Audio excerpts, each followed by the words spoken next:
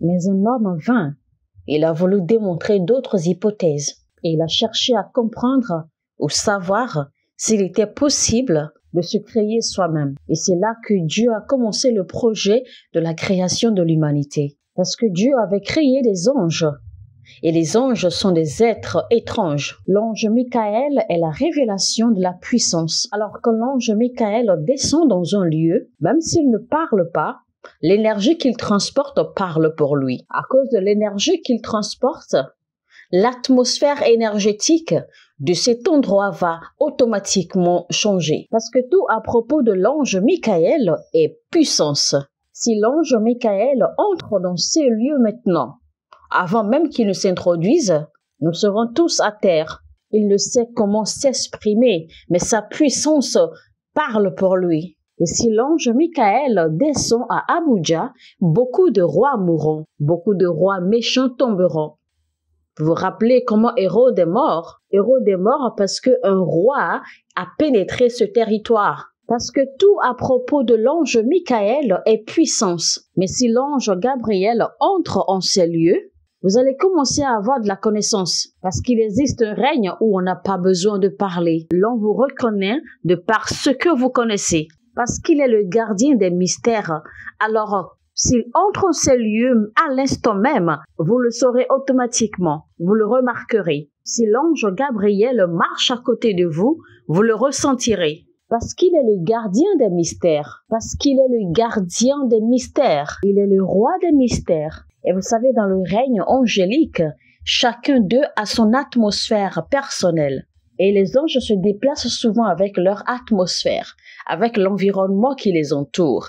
Alors, ce n'est pas comme nous, quand nous quittons l'église, nous laissons derrière notre environnement, notre atmosphère spirituelle, notre atmosphère de feu. Quand l'ange se déplace avec son environnement spirituel, avec son atmosphère, avec toute sa personnalité. Le règne spirituel est un règne très étrange, il faut le savoir. Quand un esprit se déplace, l'esprit se déplace toujours avec tout son environnement. Et c'est ce que nous désignons par atmosphère. Donc, l'environnement de l'ange Gabriel, ce sont des secrets, ce sont les mystères. Et c'est pour cela, quand la présence de l'ange Gabriel se fait sentir, vous allez commencer à voir des choses, à connaître des choses. Et donc, c'est pour cela que généralement, quand vous avez l'onction prophétique, et que vous avez un office prophétique, l'ange Gabriel se tiendra toujours à vos côtés. Et c'est ainsi vous regarderez quelqu'un et vous saurez immédiatement ce que cette personne vous saurez immédiatement ce que cette personne a dans le cœur.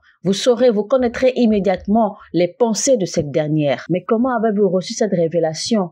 Parce que vous êtes entré dans l'atmosphère d'un être angélique. C'est comme ça qu'ils opèrent. Ils se déplacent avec leur environnement.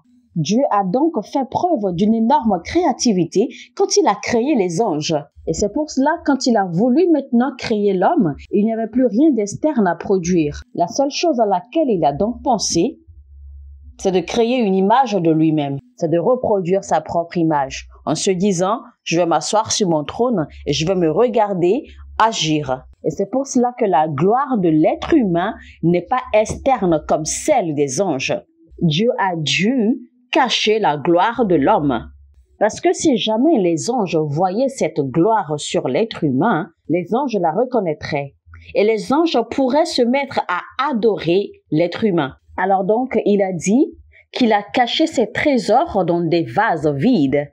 Donc, quand Dieu a créé l'homme, puisque l'homme était la représentation, était à l'image de Dieu, il n'a donc pas permis que la gloire soit externe. La gloire de l'ange Michael est externe. La gloire de l'ange Gabriel est aussi externe. Mais la gloire de l'être humain est à l'intérieur. C'est caché à l'intérieur de lui. Et c'est pour cela que Paul a dit, « Voici le mystère des âges. Christ qui est en vous, l'espoir de la gloire. » David avait été porté dans les cieux et il a surpris une conversation entre les anges. Et certaines des conversations que David a surpris entre les anges l'ont amené à cet état de modestie. C'est alors que David s'est mis à poser la question à Dieu, à savoir qu'est-ce que l'homme? Il n'a pas dit qui est l'homme, mais il a dit qu'est-ce que l'homme? Parce que cette question en fait de David sortait d'un règne angélique. Qu'est-ce que c'est que cet être? Nous avons vu toutes ces choses que tu as créées. Mais qu'est-ce que c'est que l'homme? Mais la raison est très simple. Parce que si tu cherches à définir, à décrire un homme, vous ne pourrez jamais définir ou décrire l'homme à sa juste valeur. Mais seul Dieu peut. Sur la façon la plus simple de définir l'être humain, c'est Dieu en poussière ou Dieu à l'état poussière. Alors quand Dieu a observé l'être humain et quand Dieu a créé l'homme, Dieu s'est reposé. Parce qu'il a dit, je n'ai plus besoin de travailler. Parce que quand l'être humain est en train de travailler, c'est Dieu qui est en train de travailler. La raison pour laquelle Dieu s'est reposé au 7e jour, parce qu'il avait déjà achevé son projet de créer un autre Dieu. Et c'est pour cela qu'il a dit dans sa parole, vous êtes des dieux, parce que vous êtes les enfants du plus haut. Et quand Jésus est arrivé, Jésus n'a pas contredit David. Il a dit, il est écrit, vous êtes des dieux, parce que vous êtes les enfants du très haut. Alors s'il dit vous êtes des dieux à qui la parole de l'Éternel fut révélée et les Écritures ne peuvent être brisées. Pourquoi pensez-vous que Dieu a dû se reposer au 7e jour? Parce que si Dieu devait continuer à travailler le 7e jour, ça voudra dire que 2 dieux sont en train de travailler au même moment. Imaginez que le pasteur est en train de prêcher et quelqu'un d'autre est en train de prêcher au même moment. Vous serez distrait. Donc, quand l'un est en train de prêcher, l'autre doit se reposer. Donc ici, celui qui est au ciel se repose pendant que celui qui est sur la terre est en train de travailler. C'est donc celui sur la terre maintenant qui fonctionne, qui travaille, qui évolue selon les sagesses de Dieu, par les plans de Dieu, par les objectifs et les buts de Dieu et par la volonté de Dieu. Donc, retenez alors par ceci que celui qui est sur la terre ne pourra pas fonctionner correctement s'il n'est pas aligné à la volonté de celui qui est dans les cieux. C'est pour cela, quand Moïse a voulu bâtir le tabernacle, Dieu lui a dit, ne bâtis pas seulement le tabernacle parce que tu es créatif. Il lui a dit, assure-toi que tu bâtis le tabernacle selon le modèle que je t'ai montré sur la montagne. Parce que ton standard ne doit pas être différent du mien. Parce que tu es à ma ressemblance. Au moment où tu sortiras de ma présence, au moment où tu seras déconnecté de ma présence, vous perdrez des mots et la qualité de votre assurance dans le règne spirituel deviendra contradictoire. Et quand on dit contradictoire ici, ça veut dire que votre but de vivre, votre essence même de vie a été dévié. Donc Dieu lui a dit, assure-toi de bâtir le tabernacle selon le modèle que je t'ai révélé, le modèle que je t'ai montré. Alors quand vous vivez votre vie et que vous usez d'autres sagesses qui ne répondent pas à la sagesse de Dieu, cela n'est pas avantageux pour vous. Vous avez décliné votre standard. Ça veut dire qu'il y a eu un déclin dans votre standard. Et votre qualité a diminué. Parce que normalement, vous n'êtes pas supposé regarder ou vous remettre à un autre esprit. Parce qu'il n'existe pas un autre esprit qui soit à la ressemblance d'Élohim. Seul l'être humain a été créé à la ressemblance de Dieu. Alors quand l'homme commence à communiquer avec d'autres esprits hors de l'esprit de Dieu, qu'est-il arrivé à cet homme? Cet être humain a diminué de classe.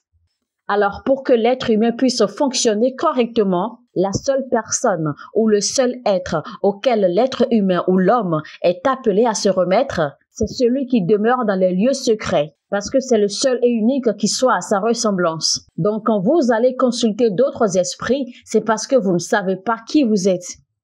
Vous avez chuté, vous êtes descendu. C'est pour cela quand le serpent est apparu dans le jardin, dans Genèse chapitre 3, et a conseillé, a ordonné à l'homme, et l'homme a obéi. Quand Dieu vint après, Dieu était choqué, Dieu était étonné. Et Dieu dit, comment se fait-il qu'un autre esprit te conseille, t'oriente, et tu acceptes, et tu obéis?